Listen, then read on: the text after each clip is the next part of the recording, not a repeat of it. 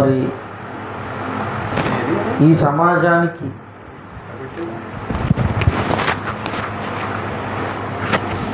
దేవుని యొక్క శక్తి తెలుసు, దేవుని యొక్క శక్తి తెలుసు. అదేవిధంగా దెయ్యం యొక్క శక్తి తెలుసు అనుకుంటుంది తప్ప ఈ లోకం దేవుని యొక్క శక్తి అనగానే దేవుని గురించి ఈ భూమి మీద చెప్పే గ్రంథాలు క్రైస్తవులుగా అయితే బైబిల్ ఉంటుంది, ఇస్లాం సోదరులకైతే ఖురాన్ ఉంటుంది, హైందవ సోదరులకైతే వాళ్ళకి రకరకాల పుస్తకాలు గ్రంథాలు ఉన్నాయి. కానీ దేవుడు అనగానే ఇన్ని పుస్తకాల్లో దేవుని గురించి చెప్పడానికి భూమి మీద వారి వారి నమ్మకాలను బట్టి మనం ఆలోచిస్తాం, వారి వారి నమ్మకాలను బట్టి మనం భూమి మీద ఆలోచించుకుంటూ ఉంటాం. కానీ దెయ్యం గురించి చెప్పడానికి మాత్రం ఏదైనా పుస్తకం ఉందా భూమి మీద? బాగా ఆలోచించండి. దేవుని గురించి చెప్పండి అంటే బోల్డైన పుస్తకాలు ఉన్నాయి భూమి మీద, అంటే పవిత్ర గ్రంథాలు. మరి దెయ్యం గురించి చెప్పాలంటే మరి ఎలా? ఏమండి, విచిత్రం ఏంటంటే అటు దేవుని గురించి పరిపూర్ణత జ్ఞానం కావాలన్నా, ఇటు దెయ్యం అంటే దెయ్యం అనగానే మనసులో ఒక వికృతమైనటువంటి ఆకారము అనుకోవడం తప్పు. దాన్ని మనసులోంచి తీసేయండి. దెయ్యం అనగానే వికృతమైన ఆకారం ఉంటుంది, కాళ్ళు వెనక తిరిగి ఉంటాయి, ఏమండి, లేకుంటేనేమో తెల్ల చీర కట్టుకుని తిరుగుతూ ఉంటుంది, అర్ధరాత్రులు తిరుగుతూ ఉంటుంది, వీధులంటే తిరుగుతూ ఉంటుంది, చెట్టు మీద ఉంటుంది. ఇవన్నీ తీసేయండి. తీసేసి మనసులో దెయ్యం అనగానే అపవాది, సాతాను, ఘట సర్పం, ఏమండి, ఇలాంటి రకరకాల పేర్లతో పిలువబడుతున్నటువంటి ఈ సాతాను లేకుంటే దెయ్యం, ఒక ఆశ్చర్యకరమైన విషయం ఏంటంటే అటు దేవుని గురించి సంపూర్ణంగా చెప్పే పుస్తకం, అటు దెయ్యం గురించి కూడా సంపూర్ణంగా చెప్పే పుస్తకం ఏదైనా ఉందంటే అది కేవలం బైబిల్ మాత్రమే. ఓకేనా? అయితే ఈ దెయ్యము ఈ దెయ్యం యొక్క పుట్టుక జరిగింది అంటే పుట్టించిన వాడు ఉంటాడు కదా, అంతేనా? దెయ్యం పుట్టిందంటే అర్థం ఏంటి? ఎవరో మొత్తానికి పుట్టించే వాళ్ళు కూడా ఉంటారు, అంతేనా? అంటే దెయ్యాన్ని దెయ్యంగానే పుట్టించాడా పోనీ దేవుడు? దెయ్యాన్ని దెయ్యంగానే పుట్టించాడా లేకుంటే దెయ్యంగా మారిపోయిందా? అంతేనా? మనం దాన్ని ఆలోచిస్తే ఇందాక చదివాడు జీవన్నం ఏమని, ప్రకటన గ్రంథం 2వ అధ్యాయము 24వ వచనంలో తుయితేరు సంఘానికి ఏమండి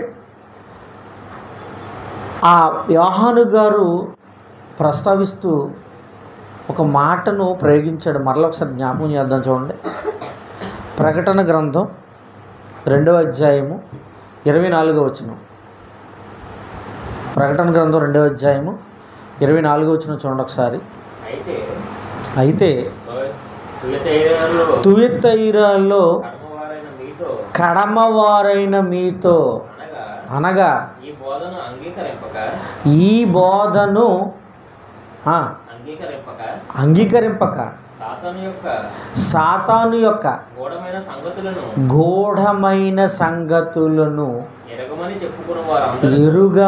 చెప్పుకుని వారందరూ అందరితో నేను చెప్పినదేమనగా నీ పైన మరి ఏ భారము పెట్టను. ఏ భారము పెట్టను. ఏమండి, కడమవారు ఉన్నారట తూయితేరులో ఉన్న సంఘంలో, వాళ్ళతో మాట్లాడుతూ ఏమండి, సాతాను యొక్క గూఢమైన సంగతులు మీకు తెలీదు అంటున్నాడు. ఎరుగవని చెప్పుతున్నా అన్నాడా? ఎరుగుమని చెప్పుకున్న వారందరితో అన్నాడు. అంటే సాతాను యొక్క గూఢమైన సంగతులు అన్నాడు, గూఢార్థమైనవి, అంతే కదా. అంటే రహస్యముగా, అంటే చాలా లోతైన భావజాలాలతో కూడినటువంటిది. ఏ విషయం? సాతాను యొక్క పూర్తి వివరణ. ఏదో దెయ్యమనగానే మనకేదో ఊహించింది చెప్పుకొని, మనకేదో ఊహించింది మాట్లాడుకుంటే సరిపోదు. సాతాను, దెయ్యము, ఆదిఘట సర్పము, ఏమండి, ఈ పేరుతో పిలువబడుతున్న ఈ సాతాను గూర్చి మనకి చాలా లోతైన విషయాలు, లోతైన భావజాలంలోకి వెళ్ళాలి అంటున్నాడు. అంటే అటు దేవుని గురించి తెలియాలంటే లోతుగానే వెళ్ళి తెలుసుకుంటాం మనం, అంతేనా? అంటే బైబిల్ ఎలా ఉంది? బైబిల్ని దేవుడేమన్నాడు? సత్యమైనది ఏమన్నాడు? బహు దూరముగాను లోతుగాను ఉంది, దాన్ని పరిశీలన చేస్తే కానీ తెలియదు అన్నాడు, అంతే కదా. అలాగే దెయ్యాన్ని గురించి కూడా మనం తెలుసుకోవాలి అంటే ఏం చేయమంటున్నాడు? లోతుగానే ఆలోచించాలి, లోతుగానే పరిశీలిస్తేనే కానీ ఈ అపవాది గురించి తెలియదు అని ఇక్కడ యోహాను గారు ప్రస్తావిస్తున్నట్టుగా తెలుస్తుంది మనకి. అండి, ఆలోచించండి. ఇక మనం లోతుల్లోకి వెళితే సాతాను యొక్క లక్షణాలు, ఆ దెయ్యం యొక్క లక్షణాలు ఎలా ఉంటాయో మనం ఒకసారి ఆలోచిస్తే, ఎఫెసీయులకు రాసిన పత్రిక 2వ అధ్యాయము 2వ వచనాన్ని చదవండి. ఎఫెసీయులకు రాసిన పత్రిక 2వ అధ్యాయము 2వ వచనాన్ని చదవండి. ప్రేమిన వాళ్ళారా చదవండి.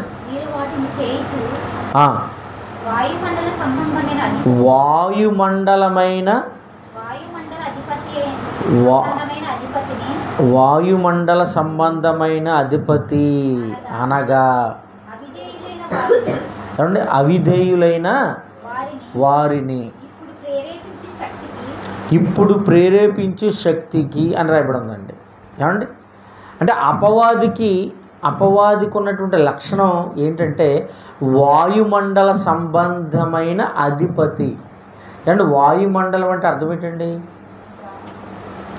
గాలి, అంతే కదండి. అంటే గాలి కనపడుతుందా? కనపడదు, గాలి కనపడదు. అలాగే అపవాది కూడా కనపడదు, దెయ్యం కనపడదు అని చెప్తున్నాడు ఇక్కడ. గాలి ఎలాగైతే కనపడదో దెయ్యం కూడా కనపడదు. అంటే దాని యొక్క లక్షణం అది. దెయ్యం యొక్క లక్షణం ఏంటంటే ఫిజికల్గా ఉండదు. దెయ్యానికి మనిషి కంటితో చూసే ఆకారం అనేది ఉండదు అని అర్థం ఇక్కడ. ఏమండి, బాగా మనం లోతుగా మనం పరిశీలిస్తే కొన్ని విషయాలు మనకి బయటపడుతూ ఉంటాయి ప్రేమిన వల్ల. ఏమండి, దెయ్యం పుట్టుక గురించి తెలిపిన ఏకైక పుస్తకం బైబిలేనండి. బైబిలే. అటు దేవుని గురించి తెలిపిన పుస్తకం బైబిలే. అటు మనకి అంటే దేవుడు ఎందుకు రాయించాడు 66 పుస్తకాలు, ఆదికాండం మొదలుకొని ప్రకటన గ్రంథం వరకు? ఈ పుస్తకాలలో ఇముడు ఉన్నటువంటి జ్ఞానం ఏంటంటే అటు దేవుని గురించి తెలియాలి, ఇటు దెయ్యం గురించి కూడా తెలియాలి. ఏమంటే యుద్ధానికి వెళ్ళినప్పుడు యుద్ధంలో దిగినప్పుడు, రణరంగంలోకి వెళ్ళినప్పుడు శత్రువు యొక్క నైపుణ్యాన్ని లేకుంటే శత్రువు యొక్క ఆ టాలెంట్ని కూడా మనం ఏం చేయాలి? తెలుసుకోవాలి. ఏదో గుడ్డెద్దు చేయలేబడినట్టు వెళ్ళిపోకూడదు. అంతే కదా, అంతే కదా. అంటే శత్రువుకు ఉన్నటువంటి బలాలు బలహీనతలు కూడా ఏం చేయాలి, మనకు కూడా తెలియాలి. అలాగే అటు దేవుని గురించి తెలియాలి, ఇటు దెయ్యం గురించి కూడా నేటి క్రైస్తవ సమాజానికి తెలియాలి. ప్రియమైన దేవుని పిల్లారా, అసలు ఏంటి ఈ సాతాను లేకుంటే ఈ దెయ్యము డైరెక్ట్గా వచ్చి మనుషులపైన అటాక్ చేస్తుందా అంటే చేయదు. ఎందుకంటే దానికి భౌతిక సంబంధమైన భౌతికపరమైన ఆకారం లేదు గనుక. గుర్తుపెట్టుకోండి, లేదు. మరి ఎలా మనుషులపై ఎలా దాడి చేస్తుంది, మనుషుల్ని ఎలా ప్రేరేపిస్తుంది అంటే మనుషుల యొక్క మనస్సును అదేం చేద్దే, స్వాధీనం చేసుకుంటుంది. అపవాది ఎప్పుడు కూడాను మనిషి యొక్క మనస్సును అదేం చేద్దే, ప్రేరేపిస్తుంది. ప్రేమైన దేవుని పిల్లలారా, అర్థమవుతుందండి, ప్రేరేపిస్తుంది. ఏమండి అసలు దెయ్యం యొక్క ఆ ప్రారంభం, దెయ్యం యొక్క అంటే సాతాను యొక్క ప్రారంభంలో ఉన్నటువంటి స్థితి ఒకసారి మనం గమనిద్దాం. ఎందుకంటే చెప్పాను ఇందాక, ఏమన్నాను, దెయ్యం పుట్టింది అంటే పుట్టించిన వారు ఉండాలి. ఎవరైనా పుట్టించిన వాడు ఎవరు, దేవుడు, అంతే కదా. మరి దేవుడు దెయ్యాన్ని దెయ్యంగానే పుట్టించాడా, లేకుంటే దెయ్యంగా మారిపోయిందా కొంతకాలం తర్వాత, అంటే మంచిగానే. ఏమంటే దేవుడు అండి, పరలోకములో ఉన్న దేవుడి దగ్గర చెడు ఉంటుందండి, అపవిత్రం ఉంటుందా, ఉండదు. మరి దెయ్యం ఎవరు, అపవిత్రాత్మ అని రాయబడి ఉంది కొన్ని సందర్భాల్లో. అపవాది అంటే అపవిత్రుడు, మనిషిని కల్మషం, మనిషిని పాడు చేసేవాడు, అంతే కదా. మరి అలాంటి వాడు పరలోకంలో ఎందుకు ఉంటాడు అంటే అసలు ఈ దెయ్యం యొక్క పూర్వపు స్థితి ఏంటో ఒకసారి మనం గమనిద్దాం, ముందుకెళ్దాం. ఇంకా ఏమండి, ప్రకటన గ్రంథం 12వ అధ్యాయము 7వ వచనం చూద్దాం ఒకసారి. ప్రకటన గ్రంథం 12వ అధ్యాయము 7వ వచనం. అంతటా పరలోకమందు యుద్ధము జరిగెను, మిఖాయేలును అతని దూతలను ఆ ఘట సర్పముతో యుద్ధము చేయవలెనని ఉండగా అని వ్రాయబడిందండి. ఏమండి, అంతటా పరలోకమందు యుద్ధము జరిగెను. ప్రియమైన దేవుని పిల్లలారా, పరలోకంలో ఏం జరిగింది, యుద్ధం జరిగింది. ఎవరెవరితోటి, మిఖాయేలు అనే దేవుని పక్షాన నిలబడిన ఒక ప్రధాన దేవదూత మిఖాయేలు, తర్వాత ఏమండి అతని దూతలను ఆ ఘట సర్పముతో యుద్ధము చేయవలనని ఉండగా. ఏమండి, ఘట సర్పం అంటే సాతాను, అంతేనా. పరలోకములో మిఖాయేలు అతని దూతలు ఎవరితో పోరాటం చేస్తున్నాయి, యుద్ధం. ఘట సర్పం అంటే ఏంటి, సాతాను. ఏమండి సాతానుతోటి యుద్ధము చేసి సాతాను ఏమైపోయిందంటే ఓడిపోయింది. మిఖాయేలుతో పోరాటం చేసి సాతాను ఏమైంది, ఓడిపోయినప్పుడు ఏమైందంటే దేవుడు పరలోకములో నుండి గెంటి వేసేసాడండి. పరలోకంలో నుండి దేవుడు ఏం చేశాడు, బయటికి గెంటేశాడు. ప్రేమైన దేవుని పిల్లారా, ఎందుకో తెలుసా, పరిశుద్ధులు ఉండే చోటే పరలోకం అపవాదిగా మారిపోయింది. చూడండి అసలు ఈ దేవదూతలు చూడండి ఎవరు పుట్టించారో చెప్తున్నాడు. చూడండి 148వ కీర్తన 5వ అధ్యాయం చూడండి, దేవదూతలు ఎలా పుట్టాయో చెప్తున్నాడు. చూడండి 148వ కీర్తనలు 5వ వచనం చూడండి ఒకసారి.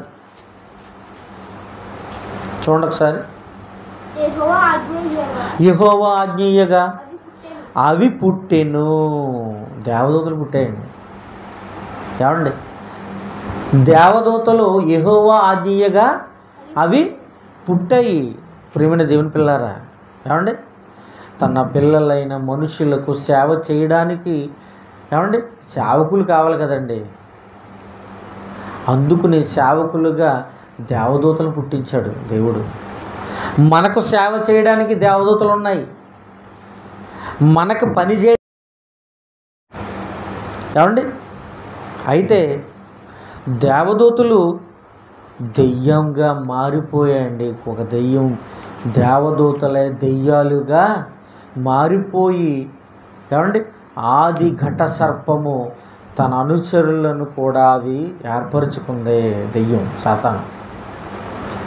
ప్రియమైన దేవుని పిల్లలారా, అసలు ఇది ఎలా మారిపోయింది దెయ్యంగా అంటే యెషయా గ్రంథంలో దేవుడు చెప్తున్నాడు. రాయించాడు చూడండి, 14వ అధ్యాయము. యెషయా గ్రంథం 14వ అధ్యాయము, ఏమండి, 12 నుంచి చదవండి. 12 నుంచి 15 వచనాల మధ్యలో ఈ మాట రాయబడి ఉంటుంది చూడండి. తేజో నక్షత్రమా, వేకువ చుక్క, నువ్వు ఎట్లు ఆకాశము నుండి పడితివి,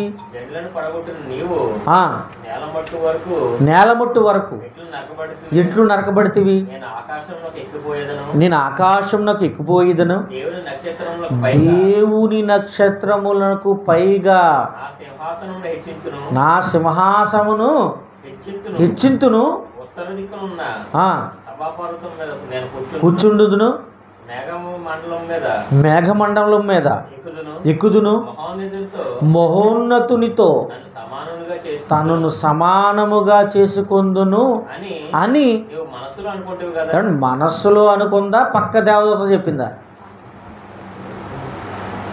ఏమండి, ఈ మనస్సులో అనుకుందండి. ఒక దేవదూత ఏమనుకుందంటే దేవుని నక్షత్రములు పైగా అనడా. దేవుని నక్షత్రాలు అంటే ఏమిటో తెలుసా? మనమేనండి. దేవుని నక్షత్రాలు అంటే ఏంటి? దేవుని పిల్లలే దేవుని నక్షత్రాలు. ఎవరు అనేకులు దేవుని వైపుకు త్రిప్పుదురో వాళ్ళే నక్షత్రముల వలె నిరంతరము ప్రకాశించెదరు. అర్థమవుతుందండి? అంటే దేవుని నక్షత్రం పైగా ఉంటారనుకుంది. నెక్స్ట్ ఇంకేమనుకుంది? మహోన్నతునితో సమానముగా. అబ్బా, చూస్తారా? ఇప్పుడు పక్క దేవదూతతోటి ఏమై, ఇదిగో నేను దేవుని కంటే గొప్పదాన్ని అయిపోవాలి, దేవుని పిల్లలని తొక్కేయాలి నేను అని ఒకవేళ పక్క దేవదూతతో అన్నట్టుగా ఉందా? తనలో తాను అనుకుందా? తనలో తాను అనుకుంది. ఇది తనలో తాను అనుకుంటే దేవుడు తెలిసిపోయిందా? తెలిసిపోద్ది. మరి మనం చెప్పాను కదా, దేవుడి నిఘా వ్యవస్థ అని చెప్పాను సబ్జెక్ట్లో, రికార్డ్ అయిపోద్ది. కాబట్టి ప్రియమైన దేవుని పిల్లారా, అలాగా దేవదూత హెచ్చించుకోవాలి, ఒక దుర్మార్గపు వ్యతిరేక భావాలతోటి, దేవునికి వ్యతిరేక ఆలోచనలతోటి ఎప్పుడైతే మనసులో పుట్టిందో పాపం చేసినట్టుగా దేవుడు భావించాడు. పాపులకు, అపవిత్రులకు, దోషులకు పరలోకంలో చోటు లేదు. అందుకనే బయటికి గెంటేశాడు, పాతాళములో ఒక మూలకి గెంటేశాడు. పాతాళంలో ఒక మూలకి గెంటేశాడు. ఎప్పుడైతే గెంటేశాడో దేవుడు, పాతాళాన్ని గెంటేశాడో, కొద్ది కాలము తరువాత అది బయటికి దేవుడు అవకాశం కల్పించాడు. కొద్ది కాలం తర్వాత ఏమైంది ఏమండి? పాతాళంలో అగాధములోకి త్రోయబడిన ఈ ఘట సర్పానికి కొద్ది కాలం విడుదలయ్యింది. కొంచెం కాలం. అప్పుడే వెంటనే ఎక్కడికి వచ్చింది తెలుసా? ఆదాము అవ్వ దగ్గరికి వచ్చిందండి. ఆదాము అవ్వ దగ్గరికి వచ్చింది. ఏమండి, పాతాళంలో మూలకు తోయబడిన దాన్ని మళ్ళీ దేవుడు ఎందుకు తీసుకొచ్చాడు అనుకుంటున్నారా? చాలా బాధలు పడిందండి. అది చాలా బాధలు పెట్టాడు దేవుడు. దాన్ని పెట్టి ఎందుకు తీసుకొచ్చాడంటే, ఒక ఒరిజినాలిటీ బయటపడాలంటే డూప్లికేటు ఉండాలి, అంతే కదా. అంటే దేవుని నా పిల్లలు వీళ్ళు అనుకోవాలి అంటే, దేవుడు నా పిల్లలు పవిత్రులు, పరిశుద్ధులు అని తెలియాలి అంటే ఏముండాలి? పాపం చేసే తత్వం కూడా వాళ్ళకి ముందు కనపడాలి. మీకు అర్థమైందా? ఇప్పుడు ఆదాము గారికి చెట్టు పండు తినొద్దన్నాడు కదా, చెట్టు పండు తినొద్దన్నాడు. దెయ్యం ఏం చేసింది? తినమన్నది. అంతేనా? ఇప్పుడు ఒరిజినల్ బయటపడాలంటే ఏం చేయగలగాలి? దేవుని మాట వింటాడా, సాతాను మాట వింటాడా, నా మాట వింటాడా, దెయ్యం మాట వింటాడా అనే ఒక పరీక్షా కాలంలోకి పిల్లలను తీసుకురావాలని కోరుకున్నాడు. అందుకునే సాతాన్ని విడవబడింది. మొట్టమొదటిగా ఆదాము దగ్గరికి వచ్చింది. పాతాళములో ఒక మూలకు త్రోయబడిన, అగాధములో త్రోయబడిన దాన్ని దేవుడు విడిపించి భూమి మీద గెంటేశాడు. ప్రియమైన దేవుని పిల్లారా, మొట్టమొదటిసారిగా ఆదాము దగ్గరికి వచ్చింది, అవ్వ దగ్గరికి వచ్చింది. ఇది నిజమా అని మొదలెట్టింది. ఇప్పుడు మనిషి ఏమనాలి? ఇప్పుడు నా దేవుడు చెప్పాడు పండు తినొద్దని నువ్వెవరు అనాలి. అంతేనా? మరి అన్నారా? అనలేదు. అంటే దెయ్యం అనేది ఎలాగుంటుందంటేనండి, మనస్సును ప్రేరేపిస్తుంది. ప్రేమైన దేవుని పిల్లలారా. అంతేగాని ప్రత్యక్షంగా వచ్చి మీదడిపోయి ఒక భౌతిక ఆకారంలో ఉండదు దెయ్యం. అలా చేయలేదు దేవుడు. అందుకనే వాయుమండలం సంబంధమైన అధిపతి అన్నాడంటే గాలి కనపడదు కదా, అలాగే దెయ్యం కూడా కనపడదు. ఇది దాని లక్షణం. ప్రియమైన దేవుని పిల్లలారా, ఏమండి? ప్రియమైన దేవుని పిల్లలారా, ఈ దేవదూతే దెయ్యంగా మారిపోయింది. ఈ దేవదూతలు ఎందుకు దేవుడు చేశాడు? మనకు సేవ చేయటానికి. మనకు ఆ మాట చూడండి, హెబ్రీ పత్రిక 1వ అధ్యాయం 14 వచనం చూడండి. హెబ్రీ పత్రిక 1వ అధ్యాయం 14 వచనం చూడండి. హెబ్రీ పత్రిక, వీరందరూ రక్షణను స్వాస్థ్యం పొందువారికి పరిచారము చేయుటకై పంపబడిన సేవకులైన ఆత్మలు కారా అన్నాడు. ఏమండి? మరలా అదే పత్రికలో 2వ అధ్యాయం 5వ వచనం చూడండి ఒకసారి. మనము మాట్లాడుచున్న రాబోవు లోకము పరలోకమందు చూసావు, ఆయన దూతలకు లోబరచలేదు. ఎందుకు తెలుసా? దూతలపై నమ్మకం లేదు. ఆయనకి నమ్మకం లేదు, దూతల మీద నమ్మకం లేదు. పైగా ఏమండి, స్వాస్థ్యము ఇచ్చేది ఆస్తి ఎవరికి ఇస్తారండి? పిల్లలకి ఇస్తారా, పన్నులకి ఇస్తాడా? అంతేనా? ఇంట్లో పని మనిషి ఉంటుంది, యావదాస్తి నీకే రాసేస్తానని మాట్లాడద్దు తండ్రి, యజమాని రాయుడు, వారసులు ఉన్నారు, వాళ్ళకే ఇస్తారు. అదే న్యాయం. అలాగే రక్షణయను స్వాస్థ్యము పొందబోవారికి, పరలోకం పొందబోవారు మనం, దేవుని పిల్లలుగా మనమండి ఆ వారసత్వాన్ని పొందేది. పరలోకానికి వారసులు ఎవరు? మనమే, భూమి మీద ఉన్న దేవుని పిల్లలే. అందుకుని దానికి బాధ వచ్చేసిందండి అపవాదికి, సాతానికి. ఏమైంది? అమ్మ, పరలోకమట ఎవరికి ఇస్తాడో? తనకు కడుపును పుట్టబోతున్న పిల్లలకి ఇస్తాడట. ఇలా అనుకుని వ్యతిరేకంగా తిరగబాటు చేసింది ప్రేమైన దేవుని పిల్లల దేవదూత. అదే ఘట సర్పంగా మారిపోయి భూమి మీదకి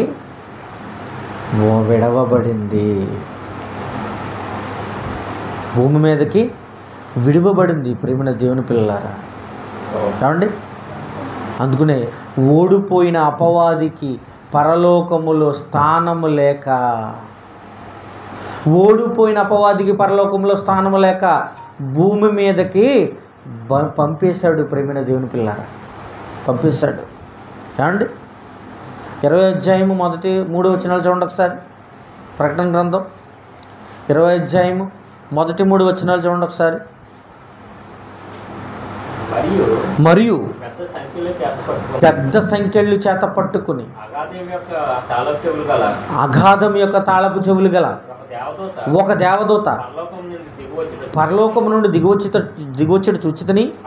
అతడు ఆది సర్పమును అనగా అపవాదియు సాతాను అను ఆ ఘట సర్పమును పట్టుకొని 1000 సంవత్సరములు వానిని బంధించి అగాధములో పడవేసి ఆ 1000 సంవత్సరములు గడుచు వరకు ఇక జనులను పరచుకుంటున్నట్లు అగాధము మూసి దానికి ముద్ర వేసెను. అటు పిమ్మట వాడు కొంచెం కాలం ఏంటో తెలుసా? ఆదాముతో ప్రారంభమైంది ఎప్పటికీ కొంచెం కాలం అంటది. మొన్న తమ్ముడితో చెప్పాను నేను. ఏం చెప్పాను? దేవునికి 1000 సంవత్సరములు ఎలా ఉన్నాయి? ఒక దినముగా ఉన్నాయి. దేవునికి 1000 సంవత్సరములేమో ఒక దినముగా ఉన్నది. మనిషికి భూమి మీద ఉన్న మనిషికి ఒక దినం అంటే అమ్మా 24 గంటలు అంతే కదా. కానీ దేవునికి ఒక దినం అంటే ఏంటి? ఎన్ని సంవత్సరాలు అమ్మా? 1000 సంవత్సరాలు ఒక దినం. ఎవరికే? దేవునికి. ఇప్పుడు ఆదాము మొదలుకొని ఇప్పటి వరకు సుమారు అంచనా వేయండి ఎంతకాలం అయింది? మన భూలెక్కలు ఒక 5000 సంవత్సరాలు అనుకుందాం. అంటే భూమి లెక్కల్లో భూలెక్కల ప్రకారం 5000 సంవత్సరాలు. ఇప్పుడు దేవుని దృష్టిలో ఎన్ని సంవత్సరాలు అది? 5 రోజులా? మీకు అర్థమవుతుందండి? దేవుని దృష్టిలో ఎన్ని సంవత్సరాలు అది? సంవత్సరాలా రోజులా? మీకు అర్థమవుతుందండి? అందుకనే కొంచెం కాలము అన్నాడు ఇక్కడ. ఏమన్నాడు? వాడు కొంచెం కాలము పెట్టబడవలెను అని రాయబడి ఉంది. అంటే కొంచెం కాలం అంటే ఎన్ని రోజులు? 5 రోజులు. ఎవరి దృష్టిలో? దేవుని దృష్టిలో. మీకు అర్థమవుతుందండి? ప్రేమైన దేవుని పిల్లలారా, అలాంటి వాడు ఏం చేశాడంటే ఆదాము దగ్గరికి వచ్చాడు, వాళ్ళని మోసపరిచాడు.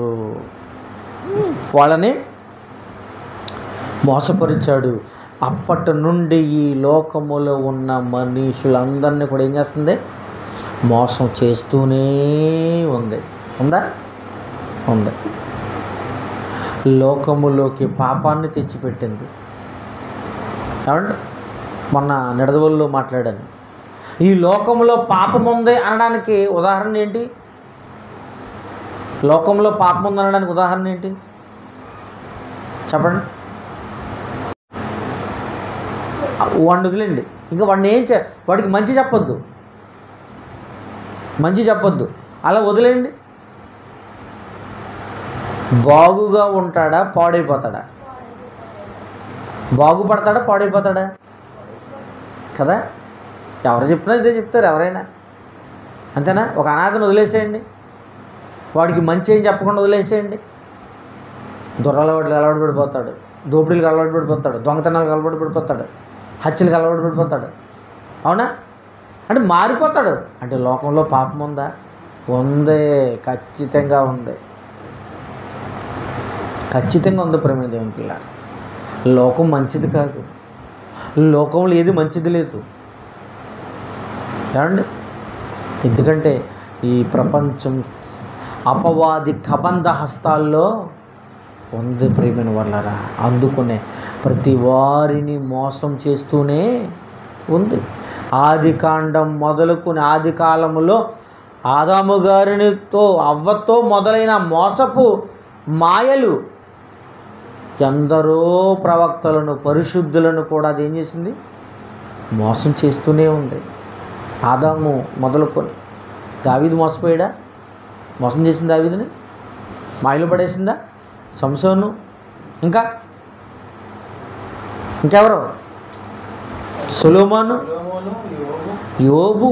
అంటే అందరినీ కూడా ఇది మోసం చేస్తూనే ఉంది. ప్రేమైన దేవుని పిల్లలారా, యోబు దగ్గరికి వచ్చింది. ఏం చేసింది?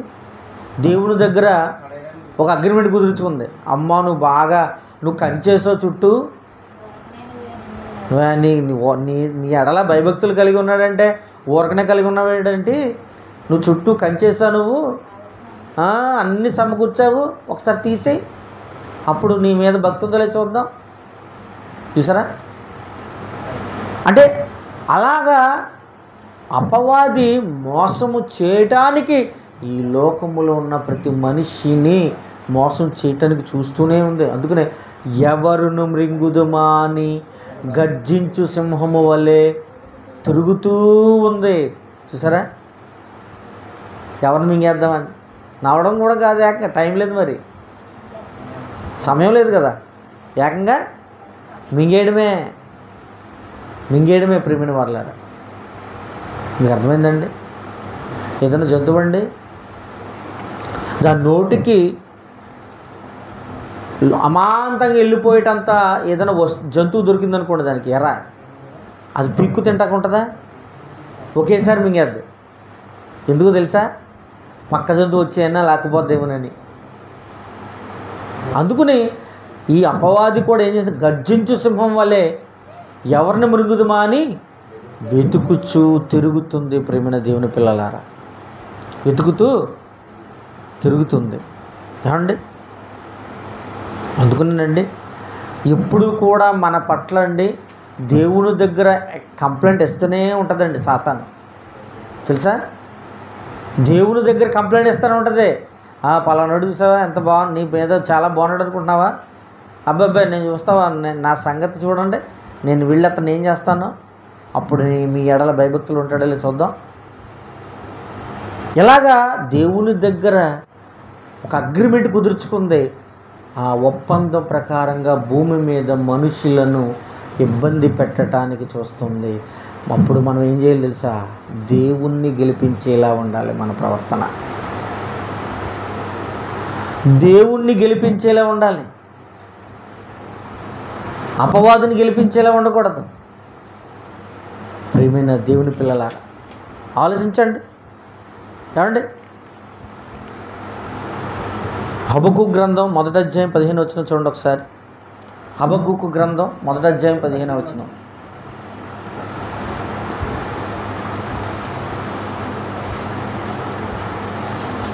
హబక్కూకు గ్రంథం 1వ అధ్యాయం 15వ వచనం చూడండి. వాడు గాలము వేసి మానవులందరిని అన్నాడు, కొందరిని అన్నాడా? అందరినీ గుచ్చి లాగి ఉన్నాడు. అబ్బా, వాడు గాలము వేసి మానవులందరినీ గుచ్చి లాగి ఉన్నాడు, ఉర్లి ఒగ్గి చిక్కించుకొనుచున్నాడు. వాడు తన వలతో వారిని కూర్చుకొని సంతోషపడి గంతులు వేచున్నాడు. అబ్బబ్బబ్బబ్బా, భలే దొరికారు, వాళ్ళలో భలే చిక్కారు, నా మాయలో భలే పడ్డారని సంతోషపడిపోతున్నాడు. చూసారా? ఏమండి? మనస్సును పాడు చేస్తాడు, సమాజాన్ని చెడపడానికి చూస్తాడు.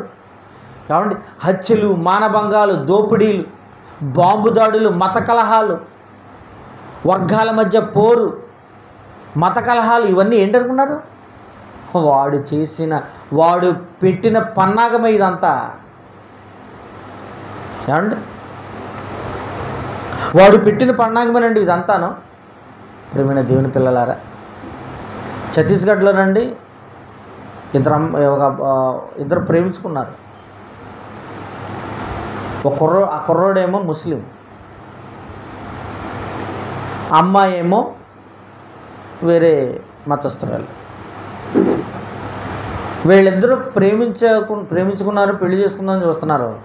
అక్కడ వీళ్ళిద్దరిని చంపేద్దామని బయలుదేరిపోయాడు జనం. ఎక్కడ? ఛత్తీస్గఢ్లో. చంపేయడమే. మీకు అర్థమవుతుందండి? దెయ్యం చూసి ఎలా రెచ్చగొడుతుందా? శుభమా అని పెళ్లి చేసుకున్నారు. ఏమంటే ప్రేమించుకున్న వాళ్ళు పెళ్లి చేసుకున్నారు, సంతోషమే కదండి బాబా. అంతేనా? మోసం చేసి పారిపోయాడో లేకపోతే ఇంకేదో చేసి ఇది చేశాడంటే అనుకోవచ్చు. ప్రేమించాడు, పెళ్లి చేసుకుంటాం మేము, మాకు పెళ్లి చేయండి అని ఎంత చక్కగా దగ్గరకు వచ్చి చేయండిరా బాబు అంటే వీళ్ళకి ఏం మాయరోగం అండి? వీళ్ళకి మతాన్ని చూసారా? కులాన్ని చూస్తున్నారా? చూసారా? ఇదేంటండి ఈ మాయలోకము ఈ లోకానికి? చెప్పండి, ఆలోచించండి. ఏమండి వాళ్ళ అండి కేరళ పారిపోయారండి. కేరళ మాకు ఎక్కడ రక్షణ కనపడదో కేరళ వెళ్ళిపోదామని కేరళ వెళ్ళిపోయారండి. కేరళ ఎందుకు వెళ్ళిపోయారు? నెంబర్ 1 స్టేట్ అండి కేరళ. ఎందుకో తెలుసా అండి? ప్రతి సంవత్సరం సర్వే చేస్తుంటే అదే వచ్చేస్తుందంట. నెంబర్ 1 స్టేట్గా కేరళ గెలుతుంది. మీకు అర్థమవుతుందండి? మత సామరస్యానికి, సెక్యులరిజానికి పట్టుకొమ్మ మన దేశానికి. ప్రశాంతమైన వాతావరణం. అక్కడ మత కలహాలు ఉండవు, కులాల మధ్య పోరు ఉండదు, కులగజ్జలు ఉండవు, మత పిచ్చోళ్ళు ఉండరు అక్కడ. మీకు అర్థమైందండి? ఏది ఏమైనా దక్షిణ భారతదేశం బాగుంటుందండి. ఎందుకంటే దక్షిణ భారతదేశంలో మత సామరస్యం అనేది బాగుంటుంది, ఎక్కువ ఉంటుంది. మనుషులందరూ సమానమే అని ఒక భావము ఈ సౌత్ ఇండియాలో ఎక్కువ ఉంటుంది ప్రేమిన వల్ల. అందుకని వాళ్ళు ఏం చేయాలి తెలుసా? నార్త్ ఇండియా నుండి ఎక్కడికి వచ్చారు? సౌత్ ఇండియా, కేరళకి వెళ్ళారండి. మేము రక్షణ కల్పిస్తాం, రా బాబు, రండి బాబు, మేము పెళ్లి చేస్తామన్నారు వాళ్ళు. చూసారా? ప్రియమైన దేవుని పిల్లలారా, ఎవరి వల్ల ఇదంతా? అపవాది మాయలో ఉన్న ఈ లోకం చూసారా? దోపిడీదారుడుగా, హంతకులుగా, మత ఘర్షణలు, మత పిచ్చి పట్టి మతోన్మాదులుగా తయారైపోవడానికి కారణం ఏంటో తెలుసా? అపవాది. కంటికి కనబడదు కానీ కనబడిన మనిషిని మాత్రం ప్రేరేపిస్తుంది, మత పిచ్చోళ్ళ తయారు చేస్తుంది, మతోన్మాదులాగా మారుతుంది, చివరికి తీవ్రవాదిగా, ఉగ్రవాదిగా మారిపోతాడు. కట్టుకున్న భార్యను కూడా కడ తీర్చుతాడు.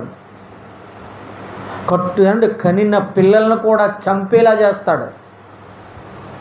మీకు అర్థమైందండి? అలాంటి దుర్మార్గపు ప్రేరణతోటి అపవాది ఈ లోకాన్ని తన కబంధ హస్తాల్లో పెట్టుకుంది ప్రేమైన దేవుని పిల్లరా. ఏమండి? అపొస్తలుల కార్యములు చూడండి ఒకసారి. ఏమండి? ఒక చక్కని సంగతిని ఇక్కడ దేవుడు రాయించాడు. 5వ అధ్యాయం 3వ వచనం చూడండి ఒకసారి. అప్పుడు పేతురు ఏమండి ఎలాగ గుచ్చి లాగుతుందో అపవాది. చిన్న ఉదాహరణకి ఏమండి, వీడు ఇస్కరియోతు యోధా ఉన్నాడు. ఇస్కరియోతు యోధాను ఎలా లాగింది? డబ్బు పిచ్చి, మత పిచ్చి ఉన్నవాళ్ళలాగానే ఇతను కూడా ఏంటి? ఇస్కరియోతు యోధాకి డబ్బు పిచ్చి. ఏమండి? ఇక్కడ ఒక సందర్భం ఇక్కడ దేవుడు రాయించాడు చూడండి ఒకసారి. అననీయ సప్పీరా అని ఒక జంట ఉన్నారండి, భార్య భర్తలు.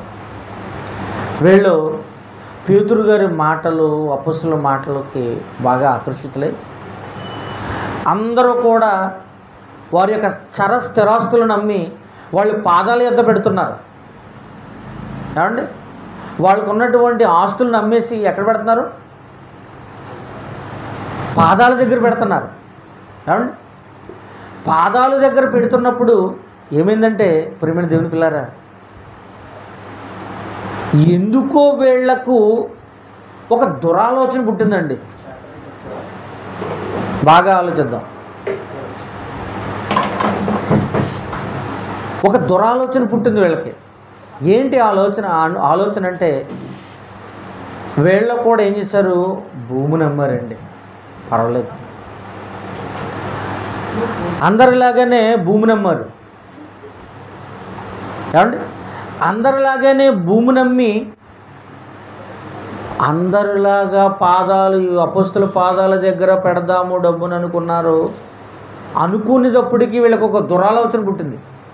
ఏంటంటే మరలా ఏంటో మరి పాపం అమ్మిన వెలంతా తీసుకొచ్చి అపొస్తలుల దగ్గర పెడదామనుకున్న వీళ్ళకి ఒక దురాలోచన పుట్టింది. ఏంటో తెలుసా? సగం దాచుకుని సగం ఇద్దాము అనుకున్నారు. అనుకునేటప్పటికీ ఈ విషయం ఇద్దరూ ఏకీభవించారు భార్య భర్తలో. నువ్వేమంటావో నేను అది అనాలి, జాగ్రత్త, నీ మాట నా మాట తేడా రాకూడదు అనుకుని పేతురు గారి దగ్గరికి వెళ్ళారండి. స్కిట్ వేశారు. పేతురు గారి దగ్గరికి వెళ్ళారు. వెళ్ళి మాట్లాడుతున్న సందర్భం చూడండి ఒకసారి. 5వ అధ్యాయము 3వ వచనం. అప్పుడు పేతురు, అననీయ, నీ భూమి అమ్మవు కదా, ఈ భూమి వెలలో కొంత దాచుకొని పరిశుద్ధాత్మను మోసపుచ్చుటకు సాతాను ఎందుకు నీ హృదయమును ప్రేరేపించింది. చూసారా, ఇక్కడ ఎంటర్ ఎవరయ్యారు? సాతాను. ఏమండి, ప్రారంభంలో బాగున్నారండి వీళ్ళు, భూమి అమ్మేశారు మొత్తానికి. అమ్మో, వాళ్ళు అమ్మేస్తున్నారు, వీళ్ళు అమ్మేస్తున్నారు, అపోస్తుల దగ్గర పెట్టేస్తున్నారు, మనం కూడా అమ్మేద్దాం అనుకుని పవన్ బాగానే అమ్మేశారు భూమిని. మరి అమ్మిన వాళ్ళు డబ్బును చూడగానే ఏమైంది? అమ్మ బాబోయ్, ఇంత డబ్బును పట్టుకెళ్ళి పాదాల దగ్గర ఇట్టేస్తామా, ఎలా కుదురుద్ది? వద్దు, సగం దాచుకుందాం అనేటప్పటికీ అననీయ, అమ్మ బాబోయ్ ఏంటి ఇలాగ అడుగుతున్నాడు ఏంటి పేతురు గారు, అమ్మో నిజం చెప్పేద్దాం వద్దులే అనుకుని ఏమన్నా మనసు మార్చుకున్నాడు పోనీ అన్నయ్య. చివరిలో కూడా మార్చుకోలే. ఏమన్నాడు చూడండి అన్నయ్య, చదవండి. అది నీ యొద్ద ఉన్నప్పుడు చదవండి, 3 నుంచి చదవండి. పరిశుద్ధాత్మను మోసపుచ్చుటకు సాతాను ఎందుకు నీ హృదయమును ప్రేరేపించెను. ఏమండి, ఇంతగా సాతాను తప్పు ఇతను తప్ప? చెప్పలే, ఇతనదే తప్పు, ఇతనది తప్పు. ఎందుకంటున్నా తెలుసా? ఆల్రెడీ సాతాను లోకంలో ఉంది, తెలుసు, అన్నీ తెలుసు, అంతేనా? ప్రేరేపిస్తుంది, జాగ్రత్తగా ఉండాలన్న సంగతి తెలుసు. ఏమన్నాడు? మనం సాతాను తంత్రములు ఎరుగని వారము కాదు అన్నాడు. అంటే దాని గురించి బాగా తెలుసు కనుకనే పేతురు గారు ఏమన్నాడు ఇక్కడ మెన్షన్ చేశాడు దీన్ని, సాతాను ఎందుకు అన్నాడు. అంటే సాతాను గురించి తెలుసా అన్ననికి? తెలుసు. మీకు అర్థమవుతుందండి? పరిశుద్ధాత్మను మోసపుచ్చుటకు సాతాను ఎందుకు నీ హృదయమును ప్రేరేపించింది. అది నీ వద్ద ఉన్నప్పుడు నీదే కదా, అమ్మిన పిమ్మట.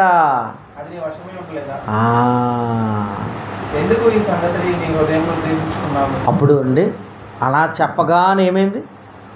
అననీయ ఈ మాటలు వినుచునే పడి ప్రాణం విడవగా మిగులు భయం. ఈలోపు పాతి పెట్టేశారండి, చచ్చిపోయిన అననీయని పాతి పెట్టేసి వచ్చేసారు. మరలా ఇలా ఆవిడ వచ్చింది, సపీరా. ఇంచుమించు 3 గంటల గ్యాప్లో అలా ఆవిడ వచ్చింది. 7వ వచనం. ఇంచుమించు 3 గంటల సేపు తర్వాత వాని భార్య జరిగినది, మా ఆయన ఇంకా బతికే ఉన్నాడు, నా కోసం ఎదురు చూస్తున్నాడేమో అని అనుకుంటుంది పాపం, తెలియక. అప్పటికే చచ్చిపోయాడు, వెళ్ళి పాతి పెట్టేశారు కూడా. ఈలోపు ఆ విషయం తెలియక లోనికి వచ్చి అప్పుడు పేతురు, మీరు ఆ భూమిని ఇంతకే అమ్మితారా? అబ్బా, ఎంత మంచివాడండి పేతురు గారు. ఏమండి, ఎంత మంచివాడో తెలుసా అండి? ఆప్షన్ ఇచ్చాడు. కనీసం భర్త తప్పు చేశాడే, భార్య అన్న నిజం చెప్పి మనసు మార్చుకుంటుంది, బ్రతికిపోతాదేమోనని ఆప్షన్ ఇచ్చాడు. బా, అందుకామె అవును. ఏమండి, కాదు అంటే బతికేద్దునండి నిజంగా. ఇద్దరు ముందే ప్లాన్ వేసుకున్నారుగా, ముందు ప్లాన్ వేసుకున్నారు పాపం, అంతే. అవును అనగానే ఏమైంది? అవును ఇంతకే. అందుకు పేతురు, ప్రభు యొక్క ఆత్మను శోధించుటకు మీరెందుకు ఏకీభవించిరి? ఇదిగో నీ భర్తను పాతి పెట్టొచ్చిన వాళ్ళు పాదాలు ఎక్కడ ఉన్నాయి? ఇంకా మూసుకుపోతారు. చచ్చి అంటే ఏం చేయలేమమ్మా మేము, మా వల్ల కాదు అనుకున్నాడు అంతే. చూసారా సాతాను ఎలా ప్రేరేపించబడిందో. ఆదాము మొదలుకొని నేటి వరకు కూడా జనులను మోసపుచ్చుతూనే ప్రేరేపిస్తూనే ఉంది. ప్రియమైన దేవుని పిల్లారా, ఏమండి అప్పుడంటే పరిశుద్ధాత్ముడు చాలా ఫాస్ట్ అండి, చాలా ఫాస్ట్ ఎఫెక్ట్ తెలుసండి. ప్రియమైన దేవుని పిల్లలారా, దేవుణ్ణి మనం మోసం చేయకూడదు, దేవుని మనం మోసం చేయకూడదు. ప్రియమైన దేవుని పిల్లలారా, అందుకనే లోకములో ఉన్నదంతా కూడా ఏంటనుకున్నారు? శరీరాశ, నేత్రాశ. ఈ మూడు కూడా ఎవరి వల్ల కలిగి అనుకున్నారు? అపవాది. ఏమంటే శరీరాశ ఎవరికి కావాలి? మనిషికి. నేత్రాశ మనిషికి. జీవపడంబం మనిషికి. చూసారా, మనిషి యొక్క బలహీనతను పసిగట్టిన అపవాది వీటిపైనే టార్గెట్, వీటిపైనే గురి పెడుతుంది. ఏదో ఒక దానికి దొరక్కపోడా వీడు అనుకుంటుంది, మనుషుల్ని అలాగ పట్టేస్తుంది. బలహీనతకి కనపడిందల్లా కావాలి. నేత్రాశ అర్థమవుతుందండి. హవ్వ దగ్గర కళ్ళు తెరవగానే రమ్యంగా చూడటానికి ఎలా ఉందంటే పండు బా. నేత్రాశ, శరీరాశ, జీవపు డంబం, జీవపు డంబం. ప్రియమైన దేవుని పిల్లలారా, చాలా తప్పు చేస్తుందండి ఈ లోకం. అపవాది మాయలో, అపవాది ఉచ్చులో పడినటువంటి ఈ లోకం ఎప్పుడు దేవుణ్ణి తెలుసుకుంటుందో చెప్పండి?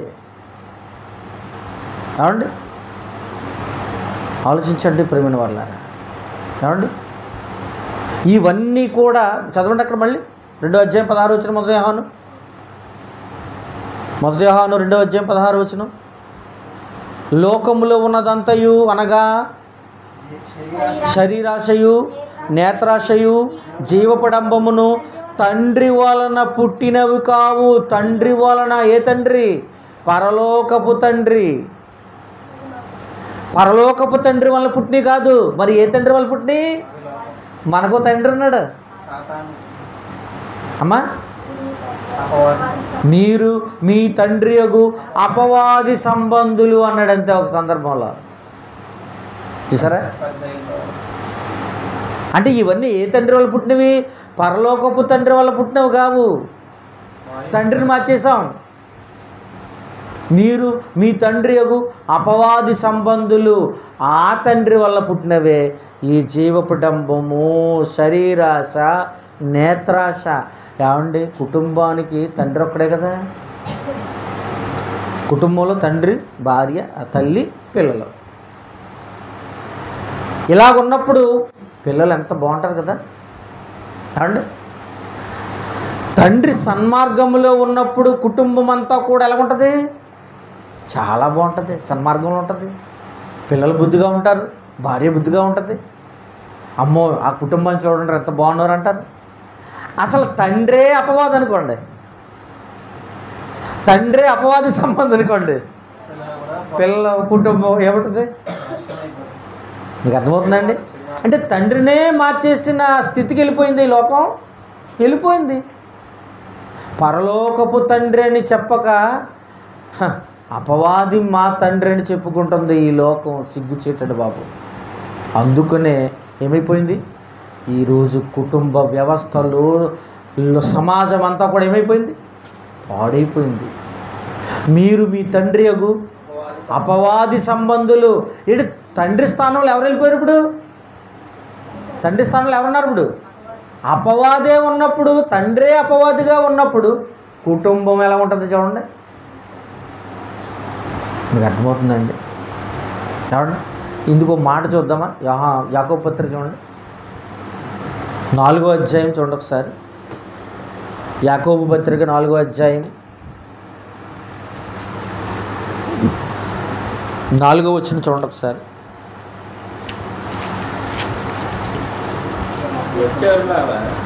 రైట్. వ్యభిచారులారా, ఈ లోక స్నేహం దేవునితో వైరమని మీరెరుగరా? ఎవడు ఈ లోకముతో స్నేహము చేయగోరునో వాడు దేవునికి శత్రువు. ఎవడు? వ్యభిచారులారా, ఈ లోక స్నేహం దేవునితో వైరం. ఈ లోక స్నేహం, ఈ లోకంలో ఏముంది? శరీరాశ, నేత్రాశ, జీవడంబం, ఇవన్నీ కూడా లోకంలో ఉన్నవి. ఈ లోకాన్ని స్నేహించిన వాడు ఎవరికి శత్రువు అట? ఏమండి, అసలు మనకెవరు శత్రువు చెప్పండి. అసలు జనరల్గా ఆలోచిద్దాం. మీరు గర్జించు సింహం వల్లే ఎవరిని మింగుదునా అని మీ విరోధి అన్నాడు. అక్కడ చూపించాలా? అవసరం లేదా? ఏమండి, మొదటి పేతురు 5వ అధ్యాయము 8వ వచనం మీకు తెలుసు కదా. అక్కడ ఏమన్నాడు? నిబ్బరమైన బుద్ధి గలవారై మెలుగుగా ఉండుడి, మీ విరోధి అయిన అపవాది అని రాయబడి ఉంది. అంటే మనకి విరోధి ఎవరు? అంటే విరోధి అంటే అర్థం ఏంటి? శత్రువు. మనకి శత్రువు అయితే బాగుంటుందా? దేవుడు మనకు శత్రువు అయితే బాగుంటుందా? సరే, దేవుడు శత్రువు అనుకోండి, ఆయన యుద్ధం చేసి ఆయన గెలవగలమా చెప్పండి? దేవుడు శత్రువు అనుకోండి, మన యుద్ధం చేసి గెలవగలమా దేవుడిని?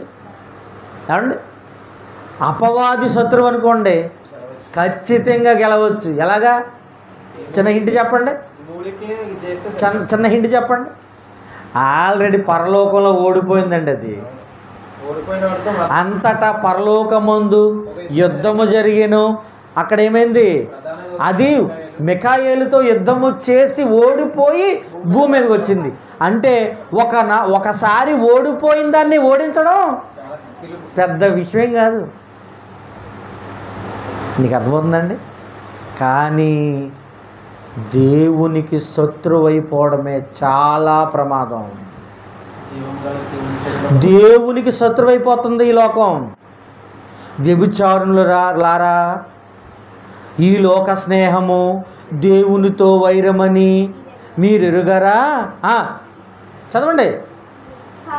కాబట్టి ఎవడు ఈ లోకముతో స్నేహం చేస్తాడో వాడు దేవునికి శత్రువు. అమ్మ బాబోయ్, మాకొద్దు నాయన, నీతో మాకు శత్రుత్వం వద్దు తండ్రి, అపవాదితో శత్రుత్వం కావాలి.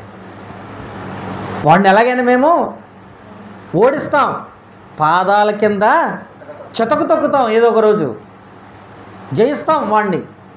ఎందుకంటే ఒకనాడు వాడు ఓడిపోయాడు కనుకనే మరలా వాడిని ఓడించటం పెద్ద విషయమేమి కాదు.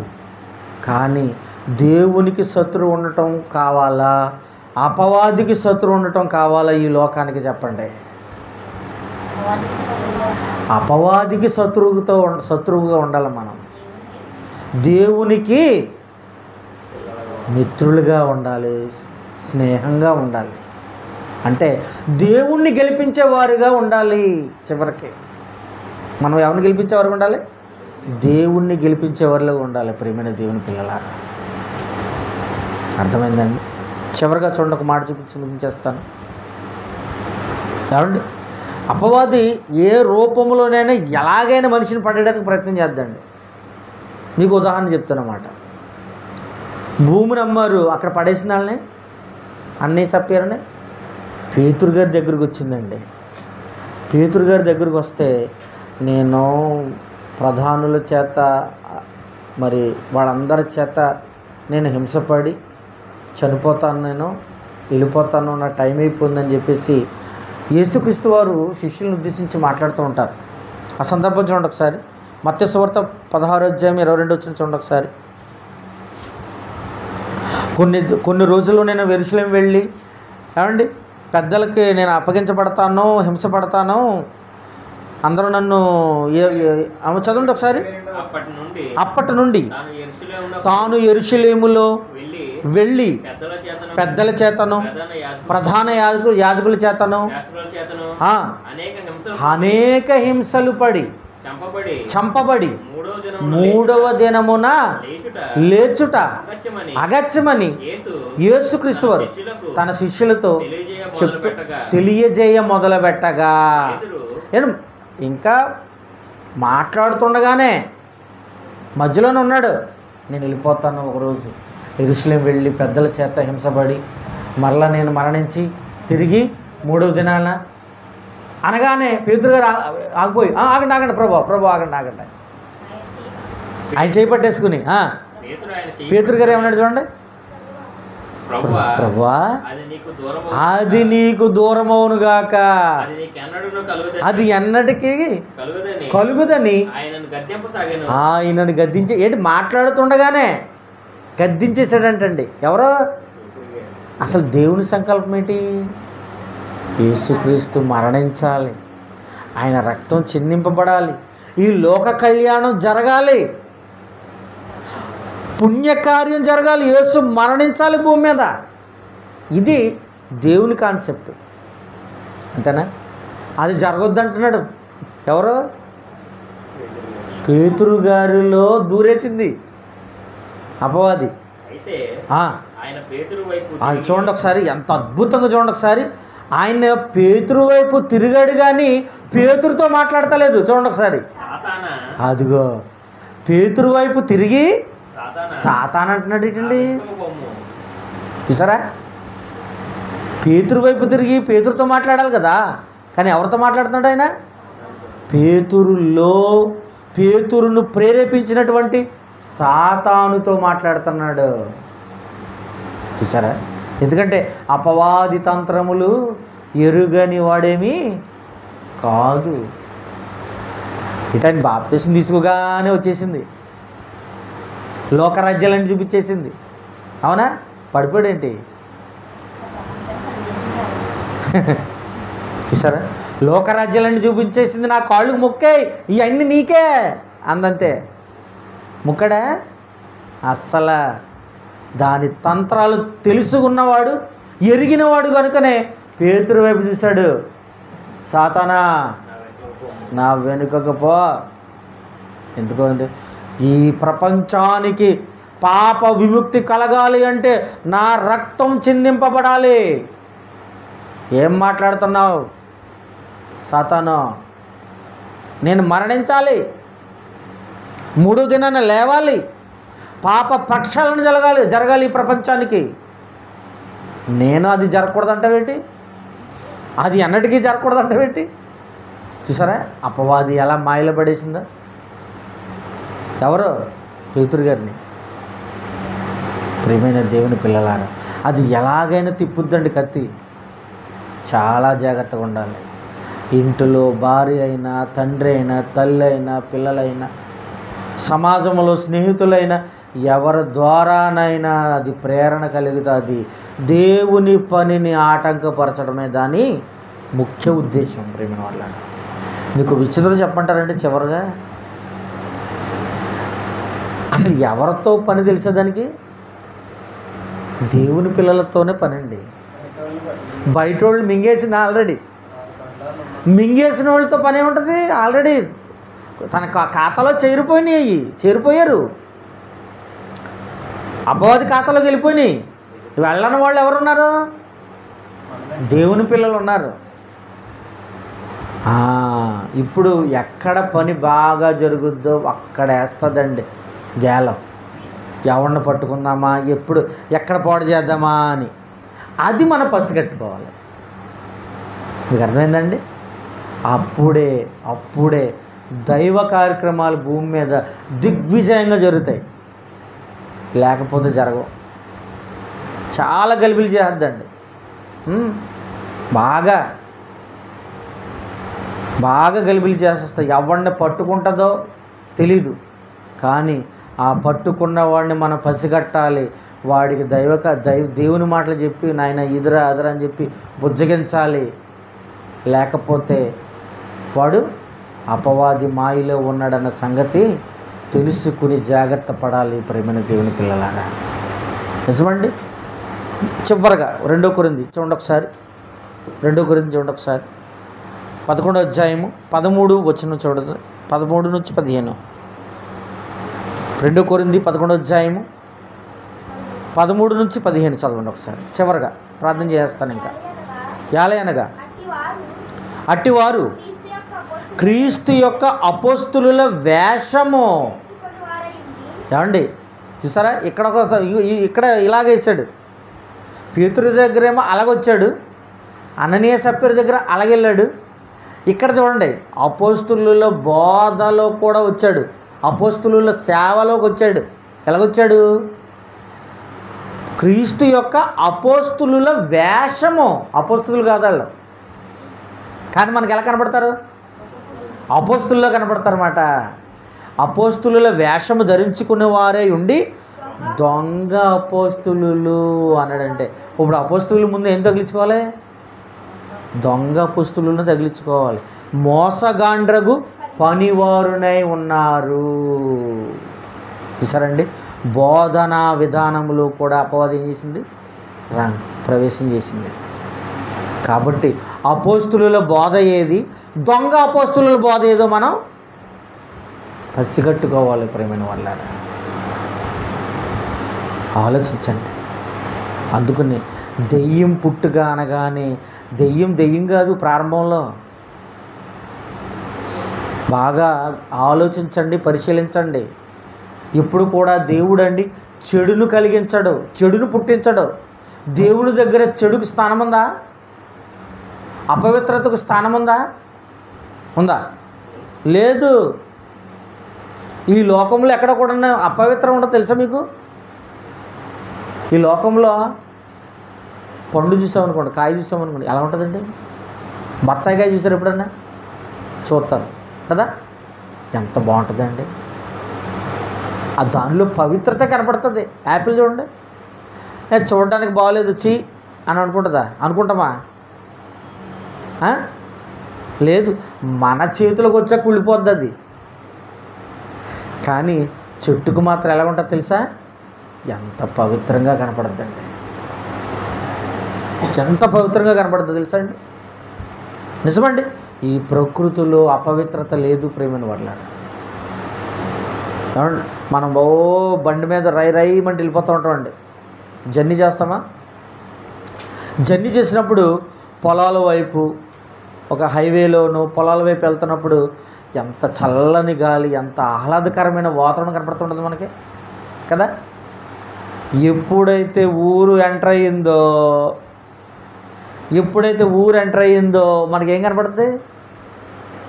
డంపింగ్ యార్డ్ కనపడుద్ది, చెత్తేసే ప్లేస్ కనపడుద్ది. మీకు అర్థమవుతుందండి? అప్పటి వరకు కనపడదు. అబ్బా ఎంత బాగుంది, ఎంత మంచి గాలి అనుకుంటాం. ఊళ్ళోకి ఎప్పుడైతే ఎంటర్ అయ్యామో ఏం కనపడుతుంది? ఎంట్రన్స్లో మనం వాడే వ్యర్థ పదార్థాలన్నీ ఊరి చివరన పడేస్తారు. ఎలా ఉంటుంది? మంచి స్మెల్ అవుతాయా? అంటే ఈ ప్రకృతి అంతా పవిత్రంగానే ఉంది, అపవిత్రపరిచింది మనిషేనండి. మనిషి ఉన్న చోట అపవిత్రత ఉంటుంది కానీ పవిత్రత ఉండదు. మీకు అర్థమవుతుందండి? అందుకనే ఈ లోకమంతా కూడా దేవుడు చాలా మంచిదిగా చేసినట్టు రాయబడి ఉంది. మనుషులే పాడు చేసేస్తున్నారు ప్రేమ దేవుని పిల్లలు, మనుషులే దాన్ని పాడు చేసేస్తున్నారు. కాబట్టి దెయ్యం పుట్టుక అనగానే పరలోకములో దేవుడు డైరెక్ట్గా దెయ్యాన్ని దెయ్యంగా పుట్టించలేదు. అది ఒకప్పుడు దేవదూత, పవిత్రమైనది, పరిశుద్ధమైనది, నిష్కలంకమైనది. ఆ దేవదూత ప్రధానమైనది మళ్ళీ. కానీ మనసులో అనుకుందే దేవుని పిల్లలు పైగా ఉండాలనుకుంది, సింహాసనాన్ని అధిరోహించాలనుకుంది, దేవుణ్ణి కంటే ఎక్కువగా ఉండాలనుకుంది, మనసులో అనుకుంది. దేవుడు పసిగట్టాడు, బయటికి గిట్టేసాడు అంతే. కాబట్టి దెయ్యం పుట్టుక విషయంలో మనం ఈ జ్ఞానాన్ని మనం సంపాదించుకోవాలి. అటు దేవుని గురించి తెలియాలి, ఇటు దెయ్యం గురించి కూడా ప్రతి క్రైస్తవుడు తెలుసుకోవాలి. ప్రార్థన చేసుకుందాం.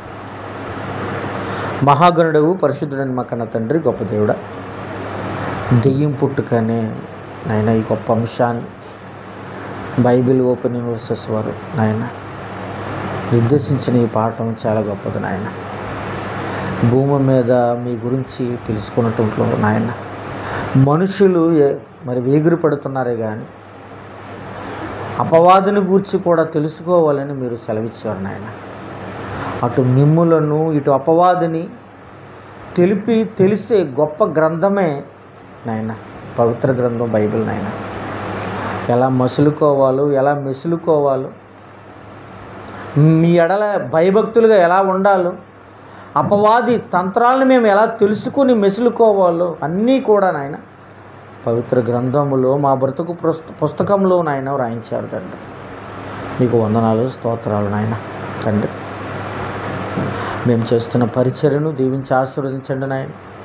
అనేక రీసెర్చ్ సెంటర్లు నాయన, అనేక కార్యక్రమాలు జరుగుతున్నాయి తండ్రి.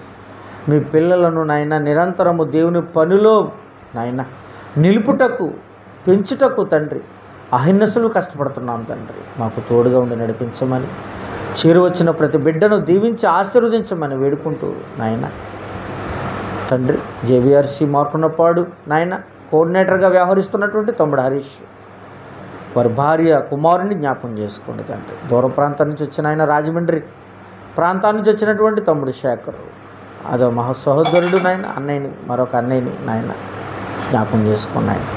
అదేవిధంగా స్థానికంగా నాయన మార్కుండపాడులో నాయన మరి ఉంటూ నాయన మరి పెద్దవారు వయసులో నాయన మరి మావయ్య గారిని, వారి కుటుంబాన్ని జ్ఞాపకం చేసుకోండి తండ్రి. నాయన లోకేష్, వారి తమ్ముడిని సురేష్ని నాయన, అదేవిధంగా నాయన సుజాతని, వారి పిల్లలను జీవన్ని నాయన మరి జ్ఞాపకం చేసుకోండి తండ్రి. ఇంకొను అనేకులు నాయన మీ పిల్లలుగా భూమి మీద నాయన ఈ పరిసర ప్రాంతాల్లో ఉన్నారు నాయన. మీ పనిలో ఎవరైతే నిమగ్నమై ఉన్నారో, మీ గురించి ఎవరైతే ఆలోచిస్తున్నారో, పరిశుద్ధులుగా బ్రతుకుతున్నారో వాళ్ళందరినీ జ్ఞాపకం చేసుకోమని వేడుకుంటూ యేసువారి పరిశుద్ధ నామమున ఈ ప్రార్థన వచ్చున్నాము తండ్రి, ఆమేన్. మన తండ్రి అయిన దేవుని ప్రేమయు, కుమారుడైన యేసుక్రీస్తు వారి కృపయు, పరిశుద్ధాత్మ దేవుని అన్యోన్య సహవాసం మనందరికీ తోడే ఉండి నడిపించును గాక, ఆమేన్. మీ అందరికీ వందనాలు.